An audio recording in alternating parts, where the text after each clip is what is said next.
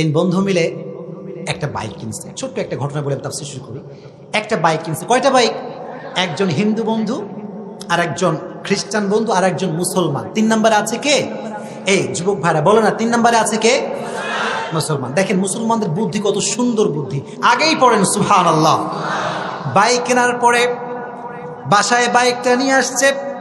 প্রথম দিন খ্রিস্টান বন্ধু বলছে বাইকটা আমারে দাও, আজকে আমি চালাবো। তো বাইক যখন নিয়ে গেছে, খ্রিস্টানদের দেখবেন একটা ক্রুশ চিহ্ন আছে, দেখছেন আপনারা সবাই ক্রুশ চিহ্ন গলায় ঝোলায়।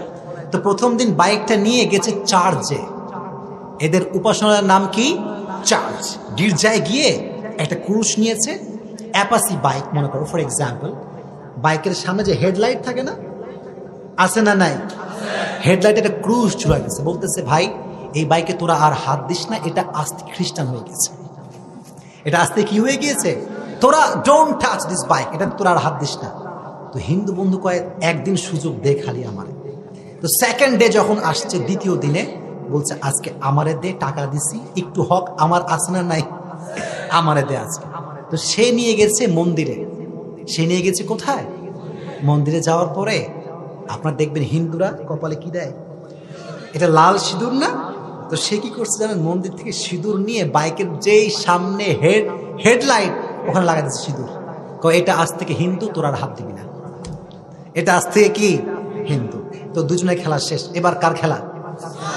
এবার কিন্তু আওয়াজ নাই, জোরে বলেন কার খেলা? মুসলমান বলতেছে বাবা তোরা তো অনেক কাহিনী করলি, আমার একখান সুযোগ দে, আমার একটা কি দে, সুযোগ দে। আমি সুযোগটা কাজে লাগাতে পারি কিনা দেখি। দিবে না, দিবে না, দিবে না, জোর করে নিয়ে আসছে। এখন মুসলমান নিয়ে আসে পড়ছে বিপদে, যে এরা কেমনে মুসলমান বানাই, না আছে ক্রুশ, না আছে আমাদের কাছে কোনো প্রকারের লাল কিটা কি বলে এটা সিঁদুর, কেমনে মুসলমান বানাই, কোনো বুদ্ধি পায় না। সকাল থেকে সন্ধ্যা বসেই আছে, চিন্তাই করতেছে। যখন সন্ধ্যার সময় আসছে তখন মাথায় বুদ্ধি আসছে একটা।